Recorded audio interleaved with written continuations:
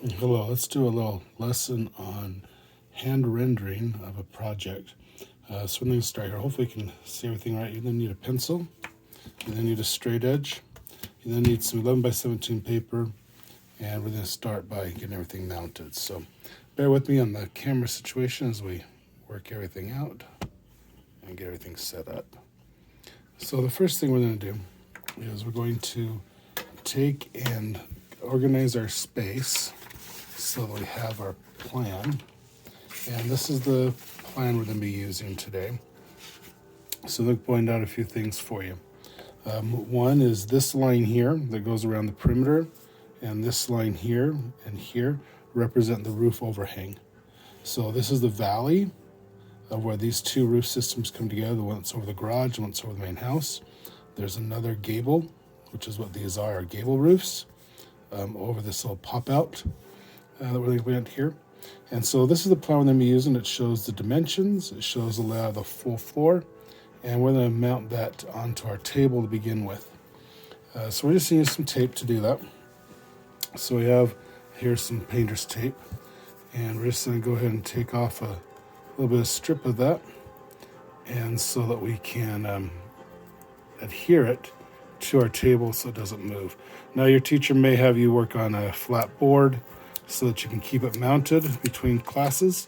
That would be probably an advisable thing, since it'll probably take you a little bit of time to get through all this and get it all done right. So we don't need a great deal of tape, just enough here to stick it down. Now, when we're doing a rendering, we want to be able to see as much of the front of the house as possible. So if we angle our building, our floor plan here, so we can see the corners that are coming into play, we'll be able to see this door, we'll be able to see the window here, and this side of the house. So we want to kind of think about what that angle is going to look like as we mount it down onto our table.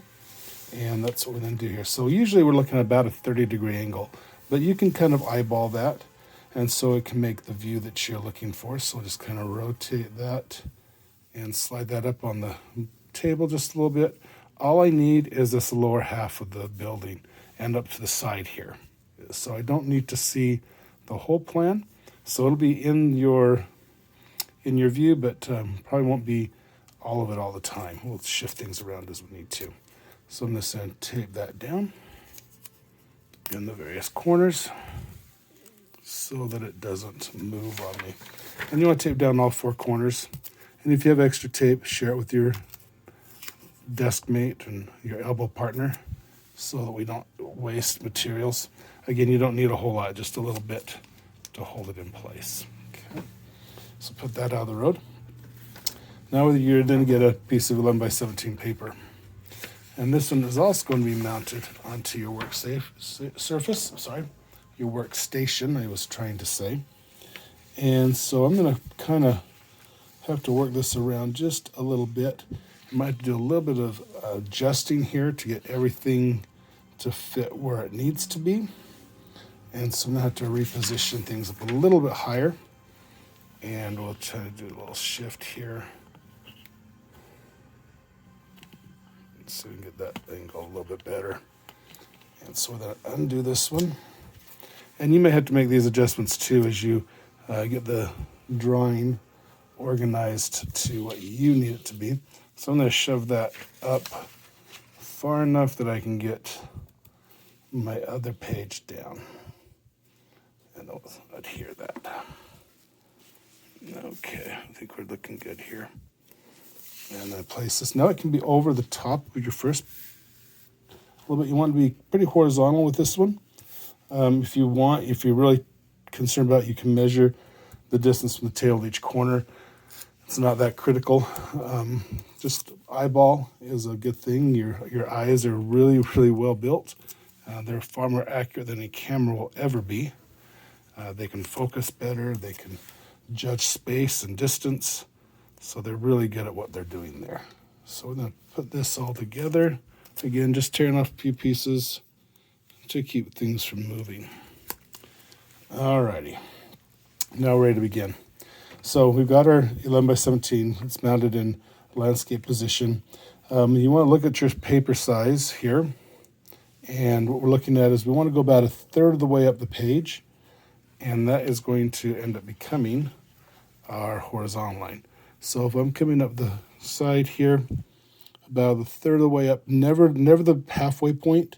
It's better if you're under that third mark than over. If you have it up too high, it just looks a little weird. So it's about here. So this is 11 inches on this side. Sorry, it's 11 by 17 paper, so it's 11 by 14. So I apologize for that. About 4 inches up from the bottom. And then I'm going to take my straight edge, and I'm going to carry that line across. And this is going to be the horizon line for where this house is. So we get lots of lines, so don't go too dark. So there's my horizon line.